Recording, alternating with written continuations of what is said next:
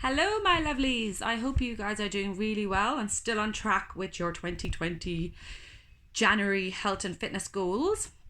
I had a question last week, which is why I said I would jump on, and it was about detoxing. And we could talk for hours and hours on detoxes. I've done workshops for people on detoxes. But if you're somebody kind of who just wants to add a little bit of a detox, a little bit of a sprinkling, a little bit of a mini detox into your diet, there's ways you can easily do that without going out buying, packets of this supplement and that supplement, which I don't tend to go towards unless somebody needs is on a huge detox and obviously they need support for their body. But if you just want to do a little mini detox through food, a really good place to start is your digestion, and it is the first place that I start with any client, because if your digestion system is under strain, it usually means that other detox organs are taking the brunt as well. So remember, your skin, your liver, your kidneys, remember they all work in sync together. So if we think of our gut as the flower plant and we've put the soil into the flower plant. So if we don't give the soil, the nutrients it needs, if we don't water it, if it doesn't get sunlight, there isn't going to be much nutrition in there, really, is there? When we put the seed in, it's just not going to grow.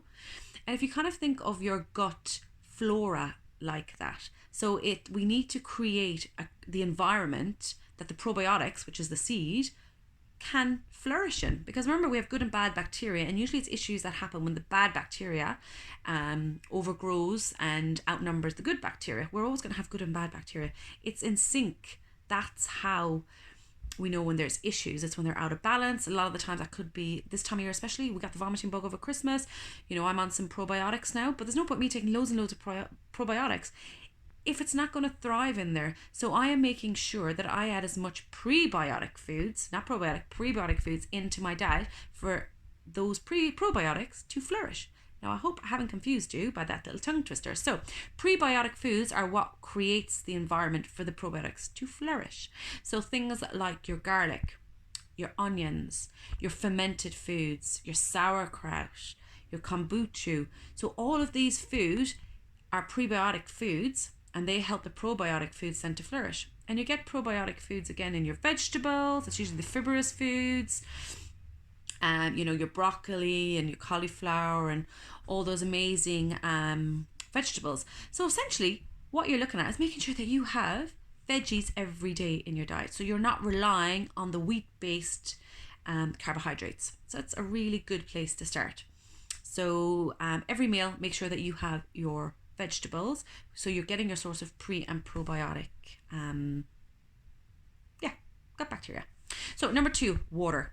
Guys, we are made up of about 78% water, and it is so underrated that people think, oh, it's water, doesn't really make much of a difference. It does. There's a reason why we can survive weeks and weeks without food, and it's about 3 to 5 days without water. Our bodily functions need it. Our digestive system needs it. Our kidneys, our liver. So drinking as much clean, filtered water, about 2 to 2.5 litres is recommended. But obviously, remember, you can get this to your veg as well. So remember, your fruit and your veg, especially things like your cucumber and your celery, they all contain water as well. So eat your water, drink your water, but just making sure that you're not relying on sweet sugary drinks and coffee. They don't count. They're diuretics and they're full of sugar. So increasing your water is another really good way to help with a little mini detox. 3rd, sleep. Very underrated.